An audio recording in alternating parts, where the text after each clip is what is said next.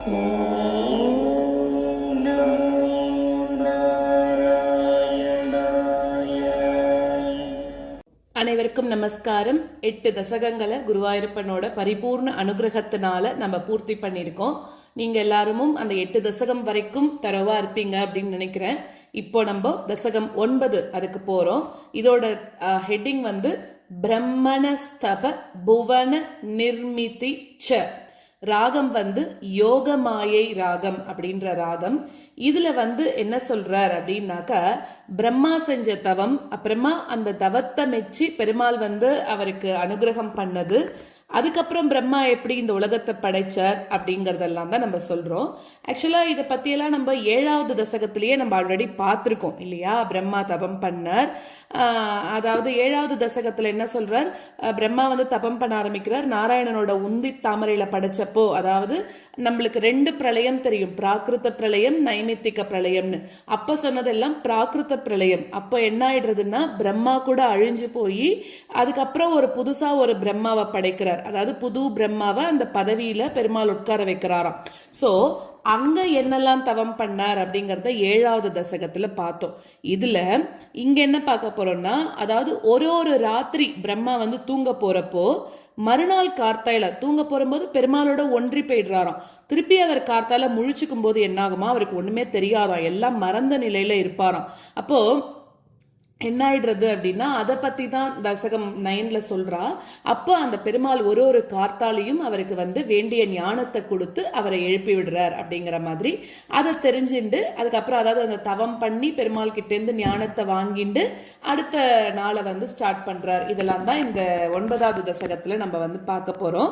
அதுல முதல் ஸ்லோகத்துல நாபிக் கமலத்திலிருந்து தோன்றின அந்த தாமரை மலர்ந்து, அந்த தாமரை மேலிருந்து அந்த பிரம்மதேவன் வந்து பார்க்கறா. ஒண்ணுமே புரியல. நாபிக் கமலத்திலிருந்து ஒரு தாமரை மட்டும்தான் வருது, அந்த தாமரை எங்கிருந்து வந்தது அப்படின்னு பிரம்மா வந்து யோஜனை பண்ண ஆரம்பிக்கிறாராம். ஆனா அவரால் கண்டிப்பா புரிஞ்சுக்கவே முடியல.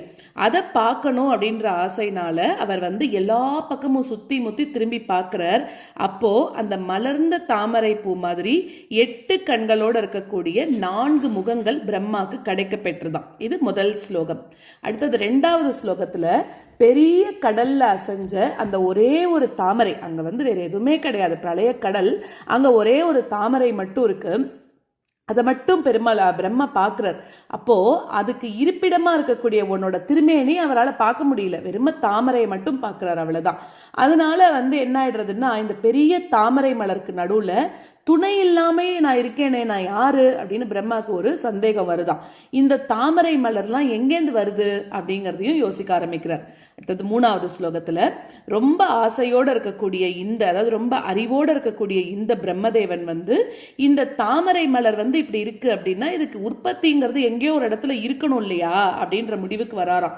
அப்போ தன்னோட யோக வலிமையினாலையும் அறிவினாலையும் அந்த தாமரை தண்டோட துளை இருக்குல்ல, அது வழியாக கீழே மெதுவா இறங்கி வரார். நம்ம நினைக்கிற மாதிரி அந்த தாமரை வந்து ரொம்ப சின்னது கிடையாது, அதோட துளை கிடையாது, எங்கேயோ நம்ம பார்க்க முடியாத அளவுக்கு ஒசரத்துல அது இருக்கு. ஏன்னா பெருமாள் எங்கேயோ இருக்கார்.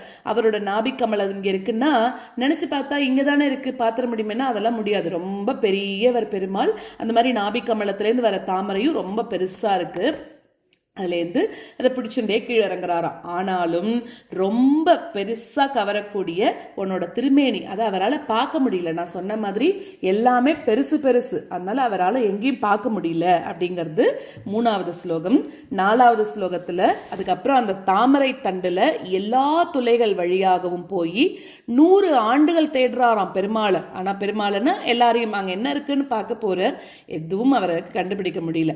அதனால திரும்பி வந்து அந்த தாமரை மலருக்கு நடுவுல உட்கார்ந்துட்டு மனசை நிலைப்படுத்தி உன்னோட அருள் ஒன்னே கிடைக்கணும்னு ஆசைப்பட்டு தவத்துல ஈடுபடுற. இது 4வது ஸ்லோகம். 5வது ஸ்லோகத்துல தாமரை பூலிருந்து தோன்றின அந்த பிரம்மதேவன் 100 தேவ வருஷங்கள் தவம் பண்றானோ, அதனால உண்டான அறிவினால ரொம்ப மனசு தெளிவோட அந்த ஆதிசேஷனோட உடம்புல ஒரு பகுதியில முன்னாடி எப்பவுமே பார்க்க முடியாத அளவுக்கு ரொம்ப அதிசயமா இருக்கக்கூடிய உன்னோட திருவுருவத்தை பார்த்து வந்து மனம் மகிழறார். எப்பதான் அவருக்கு பார்க்க முடிஞ்சது, 100 தேவ வருஷங்கள் தவம் பண்ணதுக்கு அப்புறம் தான் பெருமாளோட திருமேனியவே பிரம்மாவால பார்க்க முடிஞ்சுதான். இது 5வது ஸ்லோகம். மேற்கொண்டு ஸ்லோகத்தை பார்க்கலாம்.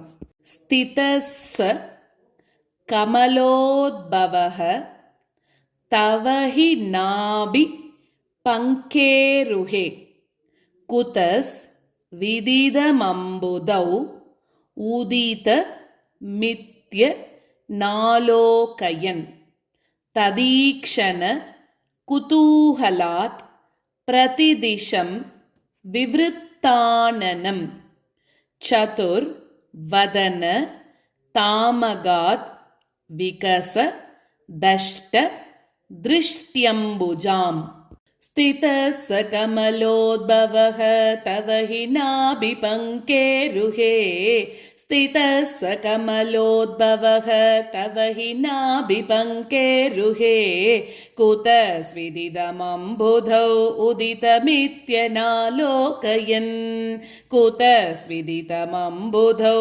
उदितमित्यनालोकयन् तदीक्षण कुतूहलात् प्रतिदिशं विवृत्ताननं तदीक्षण कुतूहलात् प्रतिदिशं विवृत्ताननं चतुर्वदन तामगात् विकसदष्टदृष्ट्यम्बुजां चतुर्वदन तामगात् विकसदष्टदृष्ट्यम्बुजाम् स्थितस्स कमलोद्भवः तव हि नाभि पङ्केरुहे कुतस्विदितमम्बुधौ उदितमित्यनालोकयन् तदीक्षण कुतूहलात् प्रतिदिशं विवृत्ताननं चतुर्वदन तामगात् विकसदष्टदृष्ट्यम्बुजाम् स्थितस्स कमलोद्भवः तव हि नाभि पङ्केरुहे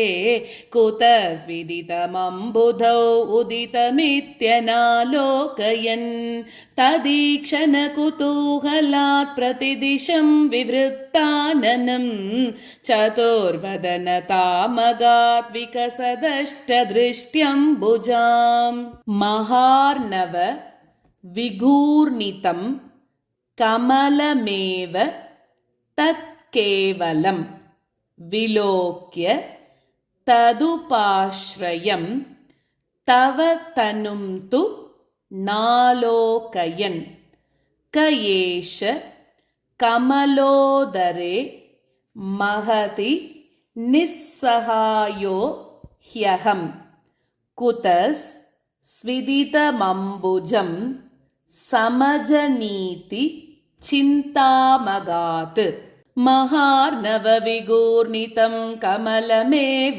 तत्केवलं महार्णवविगूर्णितं कमलमेव तत्केवलं विलोक्य तदुपाश्रयं तव तनुं तु नालोकयन् विलोक्य तदुपाश्रयं तव तनुं तु नालोकयन् क एष कमलोदरे महति निस्सहायो ह्यहं क एष कमलोदरे महति निस्सहायो ह्यहं कुतस्विदितमम्बुजं समजनीति चिन्तामगात् कुतस्विदितमम्बुजं समजनीति चिन्तामगात् महार्णवविगूर्णितं कमलमेव तत्केवलं विलोक्य तदुपाश्रयं तव तनुं तु नालोकयन् क एष कमलोदरे महति निस्सहायो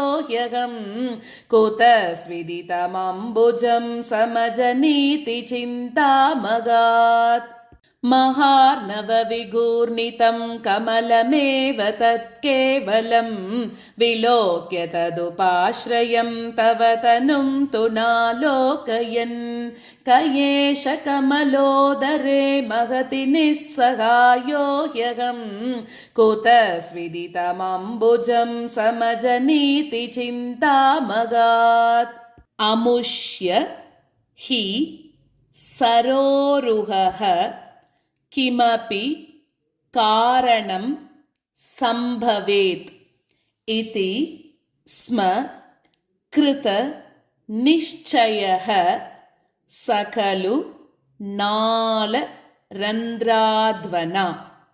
सयोग बल विद्यया समवरूढवान् प्रौढधीः त्वदीयम् अतिमोहनं न तु कलेबरं दृष्टवान् अमोष्य हि सरोरुहः किमपि कारणं सम्भवेत् अमोष्य हि सरोरुहः किमपि कारणं सम्भवेत् इति स्म कृतनिश्चयः स खलु नालरन्ध्राध्वनाम् इति स्म कृतनिश्चयः स खलु नालरन्ध्राध्वनाम् सयोगबलविद्यया समवरूढवान् प्रौढधीः सयोगबलविद्यया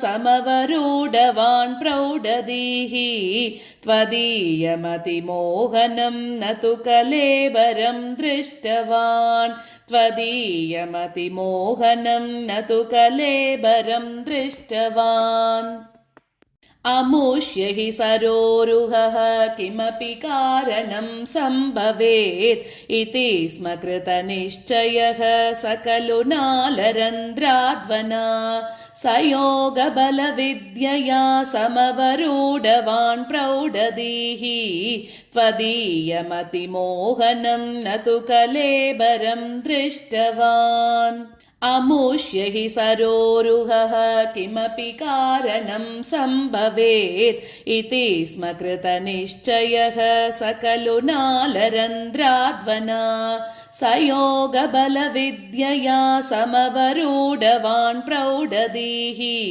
त्वदीयमतिमोहनं न तु कलेबरं दृष्टवान् ततस् सकल नालिका विवर मार्गगो मार्गयन् प्रयस्य शतवत्सरं किमपि नैव सन्दृष्टवान् निवृत्य कमलोदरे सुखनिषन्न एकाग्रधीः समाधि बलमाददे भवदनुग्रहै काग्रही ततः सकलनालिका विवरमार्गगो मार्गयन् ततः सकलनालिका विवरमार्गगो मार्गयन् प्रयस्य शतवत्सरं किमपि नैव सन्दृष्टवान्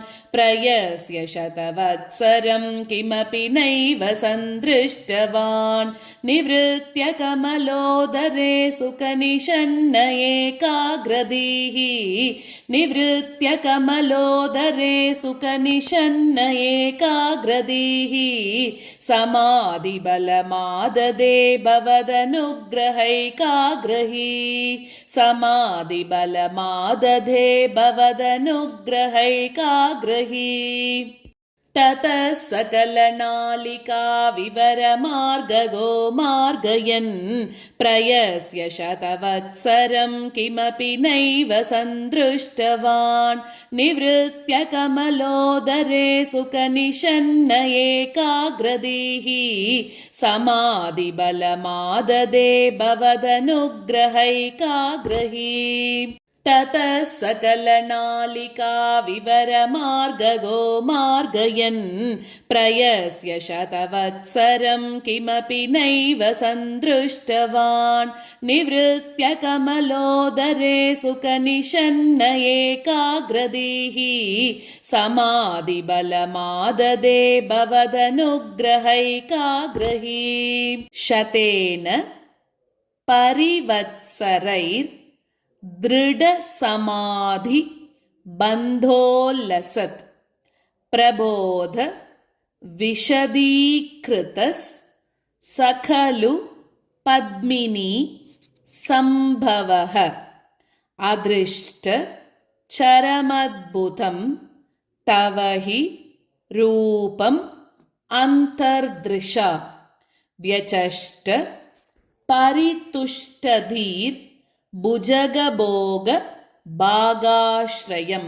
शतेन परिवत्सरै दृढसमाधिबन्धोल्लसत् शतेन परिवत्सरैर्दृढसमाधिबन्धोल्लसत् प्रबोधविशदीकृतः स खलु पद्मिनी सम्भवः प्रबोधविशदीकृतः स खलु पद्मिनी सम्भवः अदृष्टचरमद्भुतं तव हि रूपमन्तर्दृशा अदृष्टचरमद्भुतं तव हि रूपमन्तर्दृशा व्यचष्टपरितुष्टधीर्भुजगभोगभागाश्रयम् व्यचष्टपरितुष्टधीर्भुजगभोगभागाश्रयम् शतेन परिवत्सरैर्दृढसमाधिबन्धोल्लसत् प्रबोधविशदीकृतः स खलु पद्मिनी सम्भवः